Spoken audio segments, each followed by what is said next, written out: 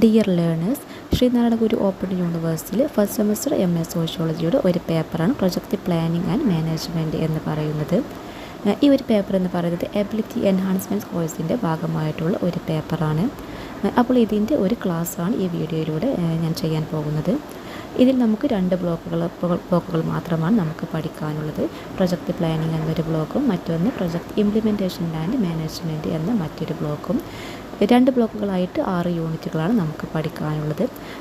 First ബ്ലോക്കിൽ first unit എന്ന് പറയുന്നത് ബേസിക് കോൺസെപ്റ്റുകളാണ്. അതായത് പ്രൊജക്റ്റുമായി ബന്ധപ്പെട്ട ബേസിക് കോൺസെപ്റ്റ് എന്തൊക്കെയാണെന്നാണ് ഈ യൂണിറ്റിൽ പറയുന്നത്.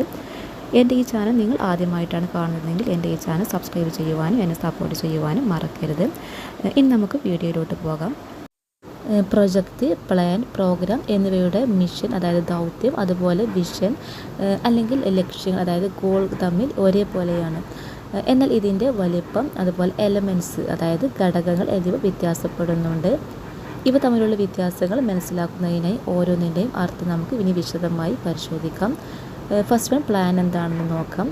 ഒരു പ്ലാൻ എന്ന് പറയുന്നത് പ്രത്യേക ലക്ഷ്യത്തിനായി ഒരിക്കൽ മാത്രമേ ഉപയോഗിക്കുകയുള്ളൂ. അതായത് ലക്ഷ്യം നിറവേറ്റിയാൽ ഇത് അവസാനിപ്പിക്കാം. പ്ലാനുകൾക്ക് ഉദാഹരണമാണ് ബജറ്റ്, അതുപോലെ ഷെഡ്യൂൾ തുടങ്ങിയവ.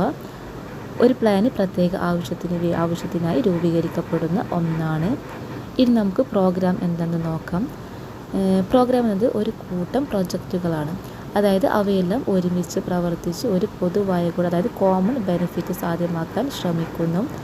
ഇതിന് ഉദാഹരണമായിട്ട് നമുക്കൊരു പേയ്മെൻറ്റ് ആപ്ലിക്കേഷൻ എടുക്കാം. അതായത് ഒരു പേയ്മെൻറ്റ് ആപ്ലിക്കേഷൻ എന്ന് പറയുന്നത് എല്ലാ ധനകാര്യ ഇടപാടുകളും കൈകാര്യം ചെയ്യുന്നതിനായി രൂപകൽപ്പന ചെയ്തിട്ടുള്ളതാണ്. ഇതുപോലെ തന്നെയാണ് ഓരോ പ്രോഗ്രാമും പല പ്രൊജക്റ്റുകൾ സംയുക്തമായി പ്രവർത്തിച്ച് ഒരു ലാഭകരമായ ഗുണം നേടാൻ വേണ്ടിയിട്ടാണ് ശ്രമിക്കുന്നത്. നമുക്കൊരു പ്രൊജക്റ്റ് എന്താണെന്ന് നോക്കാം. ഒരു പ്രൊജക്റ്റ് എന്നത് ഒരു ലക്ഷ്യം വെച്ച് നിശ്ചിത സമയത്തിനുള്ളിൽ അതായത് ടൈം ഫ്രെയിമിനുള്ളിൽ പൂർത്തിയാക്കാനുള്ള പ്രവർത്തനമാണെന്ന് വിശേഷിപ്പിക്കാം. പ്രൊജക്റ്റുകൾക്ക് ഉദാഹരണമാണ് നിരവധി ഉദാഹരണങ്ങൾ എടുക്കാം. ഒരു ഉദാഹരണമാണ് പുതിയ വാക്സിൻ വികസനവുമായി ബന്ധപ്പെട്ട പ്രൊജക്റ്റുകൾ. അതുമല്ലെങ്കിൽ റോഡുകൾ, പാലങ്ങൾ, കെട്ടിടങ്ങൾ തുടങ്ങിയ അടിസ്ഥാന സൗകര്യങ്ങൾ നിർമ്മിക്കുന്നതിനോ നവീകരിക്കുന്നതിനു വേണ്ടിയുള്ള പ്രൊജക്റ്റുകളെല്ലാം പ്രൊജക്റ്റുകൾക്ക് ഉദാഹരണമാണ്. ഇനി നമുക്കൊരു പ്രോഗ്രാമും പ്രൊജക്റ്റും തമ്മിലുള്ള വ്യത്യാസം നോക്കാം. ഇപ്പോൾ ഉദാഹരണം പറയുകയാണെങ്കിൽ റോഡ് നിർമ്മാണം അല്ലെങ്കിൽ റെയിൽവേ നിർമ്മാണം, ഇതെല്ലാം കേരളത്തിൻ്റെ ഗതാഗതം മെച്ചപ്പെടുത്തുക എന്നുള്ളതാണ്. ഇവിടെ കേരളത്തിൻ്റെ ഗതാഗതം മെച്ചപ്പെടുത്തുക എന്നുള്ളത് ഇവിടെ ഒരു പ്രോഗ്രാമും അതിനായി റോഡ് നിർമ്മിക്കുന്നതും പാലം നിർമ്മിക്കുന്നതും ഇതൊക്കെ ഒരു പ്രൊജക്റ്റുകളുമാണ്.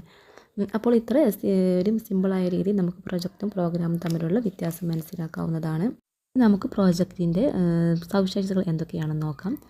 First, have specific objectives to achieve. അതായത് ഓരോ പ്രോജക്റ്റിനും നിശ്ചിത ലക്ഷ്യങ്ങൾ നേടേണ്ടതുണ്ട്. Second, requires resources. പ്രോജക്റ്റിൽ റിസോഴ്സസ് ആവശ്യമാണ്. അതുപോലെ requires to be completed within a specific time frame. ഓരോ പ്രോജക്റ്റും നിശ്ചിത കാലപരിധിയിൽ പൂർത്തിയാക്കണം. അതുപോലെ exist the possibility of risk and uncertainty. ഇതിന് അപകട സാധ്യതകളും അനിശ്ചിതത്വവും ഉള്ളതായിരിക്കാം. മറ്റൊന്നാണ് ഓരോ പ്രൊജക്റ്റും ഘടനാപരമായതാണ്. അതായത് അതിൻ്റെ ജോലി കൃത്യമായ രീതിയിലും അതുപോലെ സമയക്രമത്തിലും ചെലവിലും ക്രമീകരിക്കും. അതുപോലെ തന്നെ ഒരു പ്രൊജക്റ്റ് മാനേജറുടെ നേതൃത്വത്തിൽ ഒരു ടീമാണ് ഇത് പൂർത്തിയാക്കാൻ പ്രവർത്തിക്കുന്നത്. ഇത്രയൊക്കെ കാര്യങ്ങളാണ് ഒരു പ്രോജക്റ്റിൻ്റെ പ്രധാനപ്പെട്ട സവിശേഷതകളായി വരുന്നത്. നമുക്ക് പ്രോജക്റ്റ് പ്ലാനിങ്ങിൻ്റെ പ്രാധാന്യം എന്തൊക്കെയാണെന്ന് നോക്കാം. യഥാർത്ഥത്തിൽ ഇതൊരു പ്ലാനഡ് ആയിട്ടുള്ള കാര്യം തന്നെയാണ്. കാരണം പ്ലാനഡ് ആണെങ്കിൽ അതിനൊരു പ്രോജക്റ്റ് എന്ന് പറയാൻ പറ്റുള്ളൂ. അതായത് പ്രോജക്റ്റ് എന്നത് ഒരു ലക്ഷ്യം വെച്ച് നിശ്ചിത സമയങ്ങൾക്കുള്ളിൽ പൂർത്തിയാക്കാനുള്ള പ്രവർത്തനമാണെന്ന് വിശേഷിപ്പിക്കാറുണ്ട്.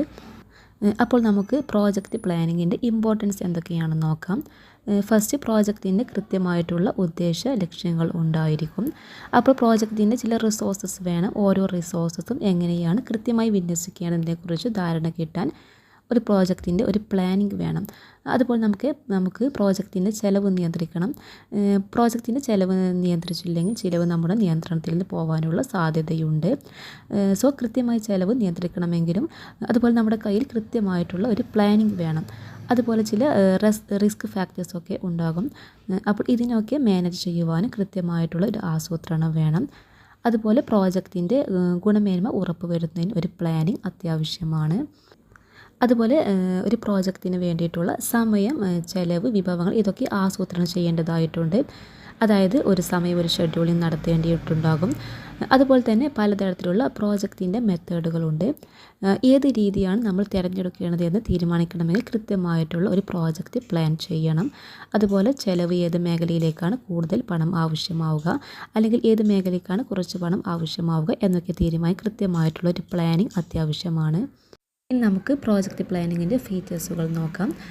ഫസ്റ്റ്, ഐഡൻറ്റിഫൈ സ്പെസിഫിക് പ്രോബ്ലംസ്, നിശ്ചിത പ്രശ്നങ്ങൾ തിരിച്ചറിയുന്നു. Second, create a work plan to address the problem and achieve the desired goals. അതായത് പ്രശ്നത്തിന് പരിഹാരം കാണുവാനും ലക്ഷ്യങ്ങൾ നേടുവാനും ഒരു വർക്ക് പ്ലാൻ തയ്യാറാക്കുന്നു. ദെൻ തേർഡ്, പ്രോജക്റ്റിൻ്റെ ഗുണങ്ങളും ഫലവും ഇത് വിശദീകരിക്കുന്നു. Then fourth, anticipates the resources or funding required to implement the project നടപ്പിലാക്കുന്നതിന് ആവശ്യമായ വിഭവങ്ങൾ അല്ലെങ്കിൽ ഫണ്ടിങ് പ്രവചിക്കുന്നു.